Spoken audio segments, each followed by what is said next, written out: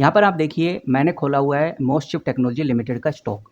और स्टॉक आज लगभग 5.56% के आसपास बढ़ता हुआ नजर आ रहा है। तो बहुत सारे इन्वेस्टर ये बात मान के चल रहे हैं, बहुत सारे लोग ये बात मानते हैं कि जो ये मोस्टशिप टेक्नोलॉजी है ये अपने कॉम्पिटिटिव या अपनी सिमिलर कंपनीज से काफ़ी सस्ते दाम पे मिल रही है। अब इसकी सिमिलर कंपनीज जैसे नेटवेब हो गया, नेटवेब के कंपैरिजन में ये कंपनी काफ़ी सस्ते प्राइस पे मिल रही है। और अगर हम नेटवेब टेक्नोलॉजी को देखें तो आज के टाइम पे 4212 रुपीज़ के आसपास ये कंपनी देखने को मिलती है। तो बिल्कुल जो लोग ये बात मानते हैं कि मोस्टशिप काफ़ी सस्ता है अपने कंपैरिजन कंपनीज से, क्योंकि अगर हम जो कंपनी का पीई है इसका कंपैरिजन करें तो यहाँ पर भी कंपैरिजन मैच नहीं करता। मोस्टशिप का जो पीई है 134 है। इधर से नजर आता है कि मोस्टशिप काफ़ी महंगे प्राइस पे मिल रहा है। लेकिन अगर नेटवेब टेक्नोलॉजी का पीई चेक करें तो यहाँ पर जो पीई आपको देखने को मिलेगा वो है 185, जो साफ दिखाता है कि मोस्टशिप इससे काफ़ी ज़्यादा सस्ते प्राइस पे मिल रहा है, बिकॉज मोस्टशिप का पीई 134 है। लेकिन ये भी ध्यान में रखकर चलना है कि बहुत ज़्यादा चीपेस्ट भी नहीं है, इतना भी सस्ता नहीं है कि आपको लगे कि मोस्टशिप बहुत सस्ते दाम पे मिल रहा है,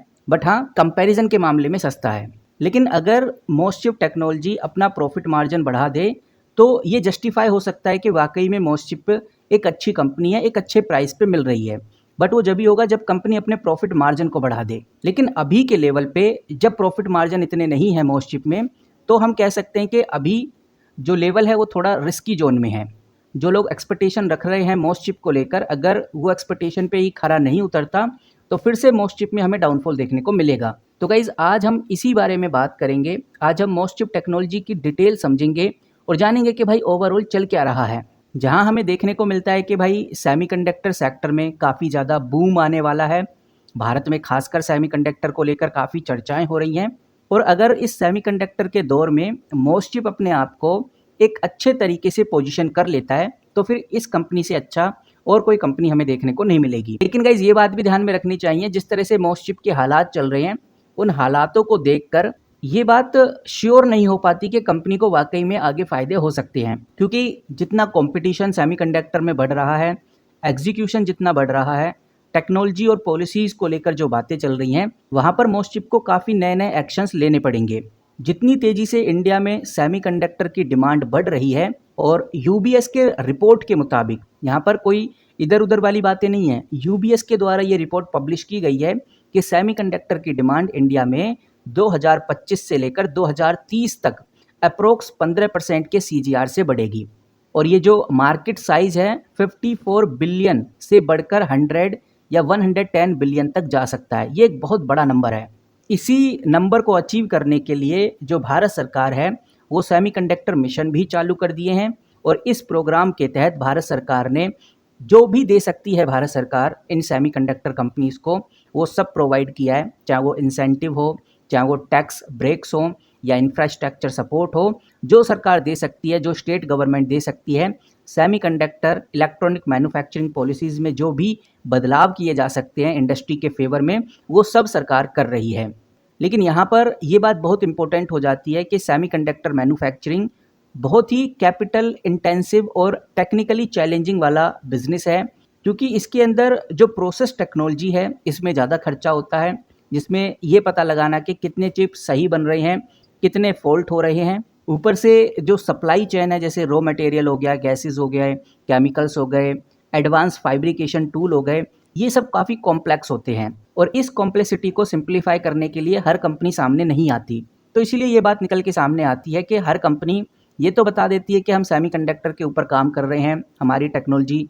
सेमीकंडक्टर को लेकर काम कर रही है, लेकिन ये जानना बहुत ज़रूरी है कि भाई आगे का प्रोसेस क्या चल रहा है। अगर हम मोस्टशिप टेक्नोलॉजी के केस में बात करें तो क्या मोस्टशिप टेक्नोलॉजी जो फैब्रिकेशन चैलेंज है इसके बारे में कुछ कंपनी ने सोचा है, कंपनी का कुछ प्लान है या नहीं? तो यहाँ पर गाइज ये कंपनी चर्चा में ही तब आई जब मोस्टशिप टेक्नोलॉजी ने अपने फैब्रिकेशन चैलेंज को लेकर कुछ बातें सामने रखी, और यहाँ पर मोस्टशिप ने ये बात पब्लिक भी की है। जो फैब्रिकेशन का प्रोडक्शन है इसका प्रोसेस बहुत इंपॉर्टेंट होता है। इतना ही नहीं, उन्होंने डिज़ाइन कंपेटेंसी और फंडरी पार्टनरशिप के ऊपर भी बड़ा काम किया है। लेकिन ये बात भी हमें नहीं भूलनी चाहिए कि अभी भी मोस्टशिप ने अपना खुद का फैब्रिकेशन नहीं बनाया है, तो फैब्रिकेशन रिलेटेड जो रिस्क होता है सेमीकंडक्टर के अंदर वो अभी भी प्रेजेंट है। तो मोटा मोटी एक बात समझ में आ रही है कि मोस्टशिप टेक्नोलॉजी हो या कोई भी सेमीकंडक्टर बेस्ड कंपनी हो, सरकार तो पूरा सपोर्ट कर रही है, सरकार तो चाहती है कि सेमीकंडक्टर में हम एक बड़ा प्लेयर बने और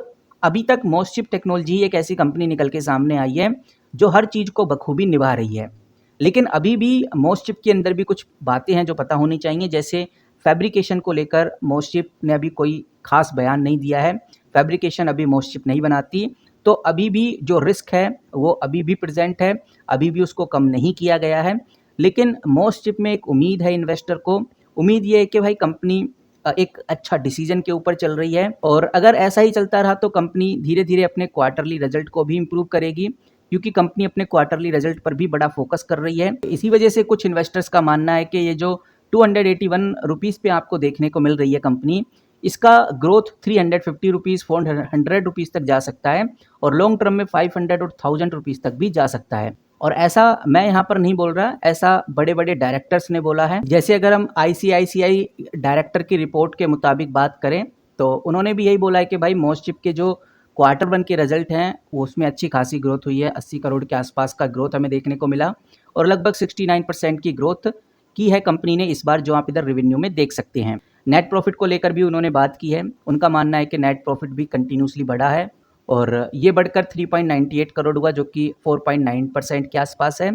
और 10.90 करोड़ के आसपास इधर इंक्रीमेंट हमें देखने को मिला जो कि 174% के आसपास की ग्रोथ है। नेट प्रॉफिट के साथ साथ EBITDA को लेकर भी बात की है और जिस तरह की ग्रोथ देखने को मिल रही है इससे आइडिया लग जाता है कि कंपनी अप ट्रेंड की तरफ बढ़ रही है, कंपनी के अंदर अप ट्रेंड आ चुका है। और जब कोई भी कंपनी, यहाँ पर सिर्फ मोस्टशिप की बात नहीं हो रही, किसी भी कंपनी के अगर हम पुराने क्वार्टरली रिजल्ट को देखते हैं उसमें अगर हमें ग्रोथ देखने को मिलती है तो इस केस में इन्वेस्टर एक्सपेक्ट करते हैं कि जो नेक्स्ट क्वार्टर होंगे वो भी स्ट्रॉन्ग आएंगे और यहाँ जो एक्सपेक्टेशन की जा रही है मोस्टशिप को लेकर वो भी जस्टिफाई हो सकती है। ऊपर से कंपनी को लेकर नए ऑर्डर, पार्टनरशिप, कॉन्ट्रैक्ट्स भी हमें देखने को मिल रहे हैं जो कि एक और बड़ा पॉजिटिव साइन है। बाकी अभी AGM अपडेट्स भी हमने देखी, कंपनी ने एनुअली मीटिंग में एक पॉजिटिव न्यूज़ दी है जहां कंपनी का कहना है कि हमारा स्मार्ट एनर्जी मीटर चिप जो टेस्ट है वो सक्सेसफुली हो गया है, हमें बड़े सेमीकंडक्टर क्लाइंट भी मिले हैं और क्वालकॉम अवार्ड भी हमें मिल चुका है। अब समझने वाली बात यह है कि इसमें ये जो कंपनी बोल रही है कि हमें स्मार्ट एनर्जी मीटर चिप जो टेस्ट है वो हमारा पास हो चुका है, बेसिकली ये क्या है, इससे कंपनी को कितना फ़ायदा होगा, क्योंकि अगर कंपनी को फ़ायदा हो रहा है तो डायरेक्ट इनडायरेक्ट एक इन्वेस्टर को भी फ़ायदा होता है। तो जिस तरह से कंपनी बोल रही है कि हमारा जो स्मार्ट एनर्जी मीटर चिप है वो सक्सेसफुली हो गया है, अब उसका हम प्रोडक्शन स्टार्ट कर देंगे, हम प्रोडक्शन स्टेज पे आ गए हैं, तो हम ये मान के चलेंगे कि भाई अगर प्रोडक्शन स्टेज पे कंपनी आ गई है तो कंपनी अब बेनिफिट लेने वाली है। कंपनी यहाँ पर अपना एक नया प्रोडक्ट लॉन्च करने जा रही है और इसकी वजह से कंपनी की जो सेल है न्यू प्रोडक्ट की वजह से बढ़ जाएगी। जैसे कंपनी चिप लाइसेंसिंग प्रोवाइड करेगी, चिप सेल करेगी, रॉयल्टी लेगी, SI यानी कि सिस्टम इंटीग्रेशन ऑर्डर भी कंपनी लेगी, तो इससे कंपनी के मार्जिन भी इम्प्रूव होने की काफ़ी ज़्यादा उम्मीद है। तो मोटा मोटी शब्दों में अगर हम समझें तो एक बात समझ में आ रही है, अगर सेमीकंडक्टर को लेकर कोई न्यूज़ आती है, कोई अपडेट आती है तो मोस्टशिप टेक्नोलॉजी आपको इसी तरह से ग्रो होती हुई नज़र आएगी और हम ये कह सकते हैं कि मोस्टशिप टेक्नोलॉजी ने 5 दिन में अच्छा जंप किया है और अभी और भी बड़ा जंप आना बाकी है। बाकी इसलिए क्योंकि जो कंपनी के कंपैरिजन्स हैं, जो कंपनी के कॉम्पिटिटर्स हैं, उनसे अभी काफ़ी सस्ते दाम पे मिल रही है और ओवरऑल कह सकते हैं कि कंपनी की वैल्यू भी काफ़ी ज़्यादा है। तो आप कैसे देखते हैं मोस्टशिप टेक्नोलॉजी लिमिटेड को, कमेंट करके जरूर बताइए। आज की वीडियो में इतना ही, मिलते हैं किसी नए वीडियो के साथ, तब तक के लिए take care and good bye.